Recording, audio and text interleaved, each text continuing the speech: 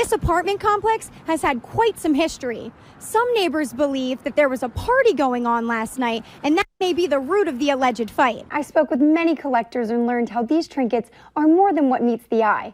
How for some, they're so much more than just a toy. Although the bigger and heavier vehicles perform better in crash tests, they can be more difficult for new drivers to maneuver. They told me that this road has not been easy for them. However, things are finally looking up. If you want to do your part, experts recommend shoveling and snow blowing as soon as possible.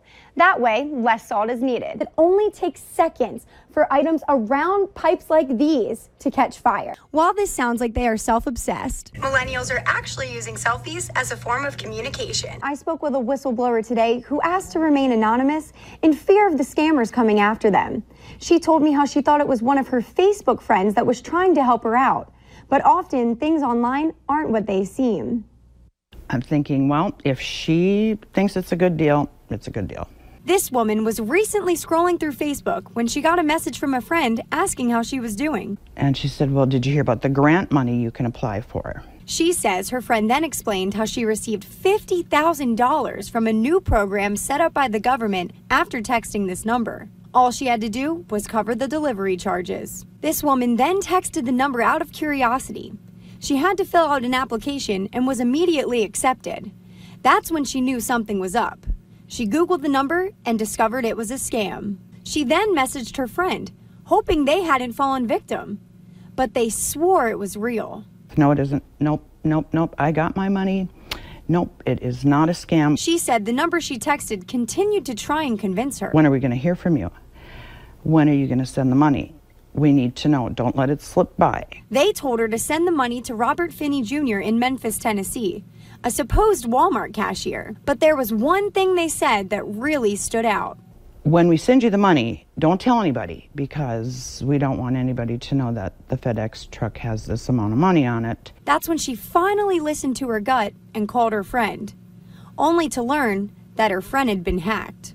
I was just totally shocked and upset because somebody was portraying to be me and to target somebody who could have been vulnerable. And I just want to get off of Facebook and all social media. If this is how the future is going to be, I don't want anything to do with it. The Better Business Bureau recommends changing your passwords every so often to prevent hackers from getting in.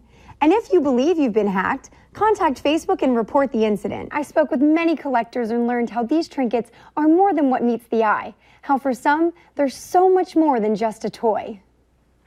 An object for a child to play with. That's not only the definition, but what comes to mind for most when they hear the word toy. However, toy shows across the nation may argue that these precious gems aren't only for the kids. For some, these collectibles are a source of income. I make more money on the toys than I ever did putting money in a bank. I can go out and look at my toys, and there's my retirement fund. Bruce Nelson has a special place in his heart for toys. Not only do these antiques pay the bills, they also fill a childhood void. Why are toys so near and dear to your heart? Because I didn't have any when I was a kid. You know, Dad and Mom couldn't afford a $28 toy back in the 40s and 50s. So that's what I like to do. The going rate for these objects can range anywhere from $10 to $1,100 or more, depending on the age and the condition of the toy. And while the profit may be driving some, others aren't after the money at all. If I don't make a sale, it's just the expression on their face that makes me feel good. After working with wood his whole life, Dwayne Cutterbaugh has been creating these custom-made wooden toys for 12 years. But after all this time, he's still thrilled to see the reactions his toys generate. Oh, some of the eyeballs get real big. And the best part? He continues to surprise himself as well. Especially when I got to make something that I've never made before. You know, start out, how do I start? Then I get started, and then wondering how it's going to look like when I get done, and then when I am done, oh, that didn't turn out too bad. While some only see a toy, others see years of memories that just can't be bought.